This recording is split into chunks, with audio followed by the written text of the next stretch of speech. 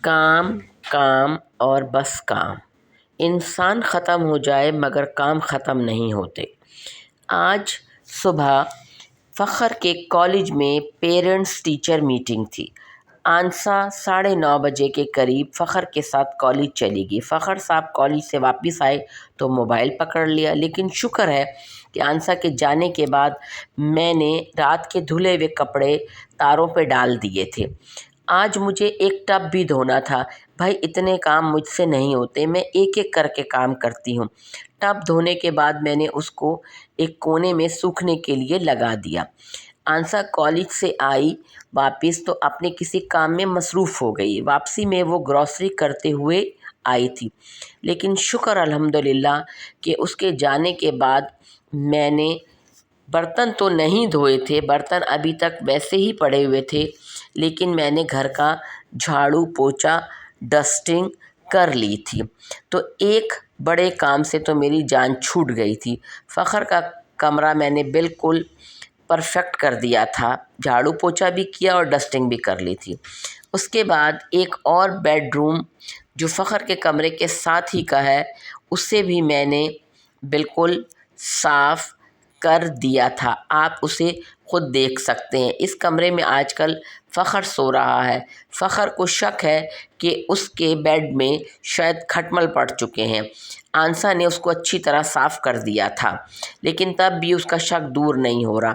فخر نے کہا کہ آپ ایسا کریں باجی کہ مجھے ناشتہ بنا دیں۔ فخر سفید انڈا کھاتا ہے، اسے نمک مرچ والے انڈے کی ٹکیا پسند نہیں ہے، چنانچہ میں نے اس کے لیے انڈا تیار کیا۔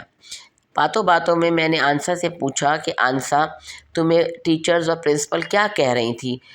آنسا جو ہے وہ بڑی دل برداشتہ تھی اور بہت افسوس کر رہی تھی کہ تمام ٹیچرز کو ایک ہی شکایات تھی کہ ہم تو بچوں کو محنت سے پڑھاتے ہیں، گھر میں شکایات بھی بھیجتے ہیں، ہوم ورک بھی بھیجتے ہیں، مگر پیرنٹس کا رویہ ہمارے ساتھ بالکل ٹھیک نہیں ہوتا اور بچے پڑھنے میں دلچسپی نہیں لیتے۔ پیرنٹس بچوں کے بالوں کی کٹنگ پر توجہ نہیں دیتے اور بچے خالی بیگ لے کر کالج میں چلے آتے ہیں۔ انہی باتوں میں انڈا تیار ہو گیا اور میں نے 2 ٹوسٹ توے پر گرم کرنے سیکنے کے لیے رکھ دیے۔ ساتھ ہی آنسا نے چولہے پر چائے بھی چڑھا دی تھی۔ جب فخر کا ناشتہ تیار ہو گیا تو ناشتہ میں نے فخر کے سامنے رکھ دیا۔ فخر جو ہے انڈے پر صرف نمک ڈال کے کھاتا ہے۔ اس کے بعد میں نے مٹر بنانا شروع کر دیے۔ میں نے پھر آنسا سے کہا، میں نے کہا آنسا ٹیچرز کو کیا کیا شکایات تھی؟ انہوں نے کہا کہ بچے اتنے دھڑلے سے کہتے ہیں کہ ہم نقل کر لیں گے۔ اب آپ یہ دیکھیے کہ میٹرک میں تو نقل کی عام کی جاتی ہے، لیکن فرسٹ ایئر سیکنڈ ایئر تو ایک بڑی کلاس ہے جس میں تمام بچے یا تو ڈاکٹر بنتے ہیں یا انجینئر بنتے ہیں، لیکن بچوں کے ذہن میں صرف نقل ہی کی بات پلتی رہتی ہے۔ اس دوران آنسا نے کہا کہ چلو میں برتن دھو لیتی ہوں۔ برتن دھوتے ہوئے میں نے جلدی سے اس کی ویڈیو بنا دی اور اگرچہ میرے بھی کام ہو چکے تھے، میرے مٹر آلو پیاز اور ٹماٹر وغیرہ بن چکے تھے، لیکن ڈائننگ ٹیبل پر باقی چیزوں کا کچرا اسی طرح موجود تھا۔ اس کے بعد میں نے سبزی کو اچھی طرح پانی سے دھویا اور اسے ایک سائیڈ میں رکھ دیا تاکہ آنسا اپنا کام مکمل کرتی رہے۔ پھر میں نے پتیلے کو چولہے پہ چڑھایا اور اس دوران آنسا سے کالج کے بارے میں باتیں بھی کرتی رہی۔ پتیلا گرم ہو گیا تو میں نے اس کے اندر مناسب آئل ڈالا۔ میں اور آنسا دونوں بلڈ پریشر کی پیشنٹس ہیں، اس لیے ہم لوگ آئل بہت کم ہی کھانے کی کوشش کرتے ہیں، لیکن کم آئل میں کھانا اچھا نہیں بنتا، اس کی شکل ہی اچھی نہیں ہوتی۔ تب بھی میں نے ایک چمچ جو پیچھے پڑا ہوا ہے سالن بنانے والا اس کا ڈال ہی دیا تھا۔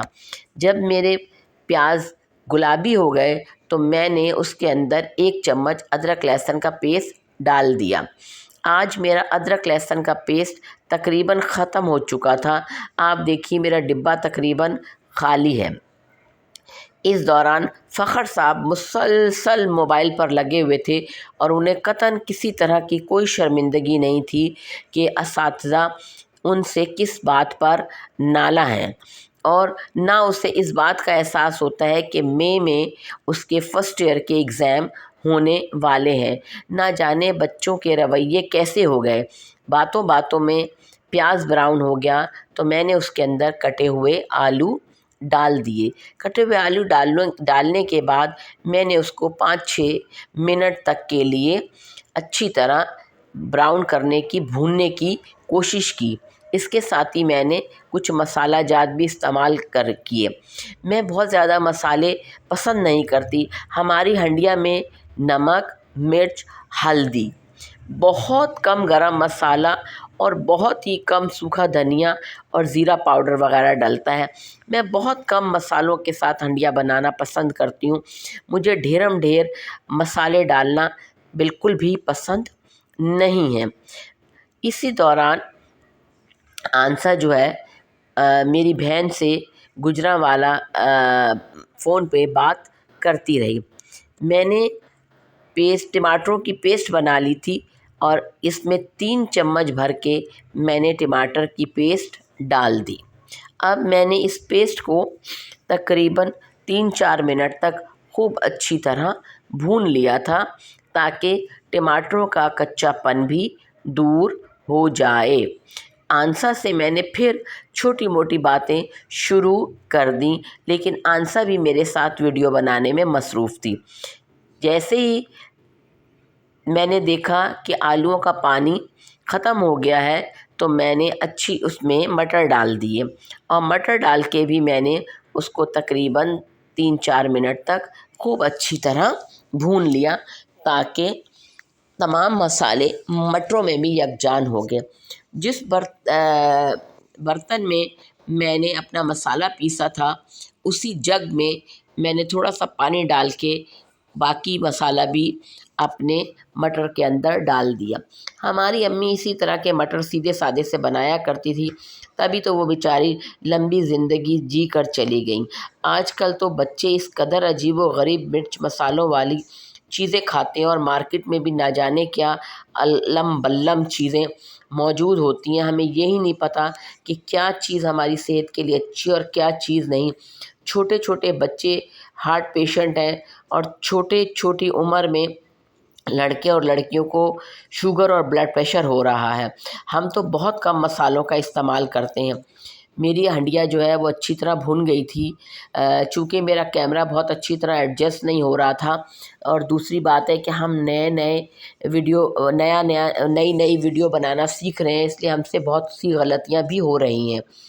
مسالہ جب بہت اچھی طرح بھن گیا تو میں نے دیکھا کہ اس میں سے ہلکا ہلکا آئل نظر آنا شروع ہو گیا ہے۔ پھر میں نے آنسا سے پوچھا کہ آنسا تم شوربہ زیادہ پسند کرو گی یا کم؟ فخر کو سوکھا سالن سخت ناپسند ہے، وہ کہتا ہے میری روٹی نہیں ڈوبتی۔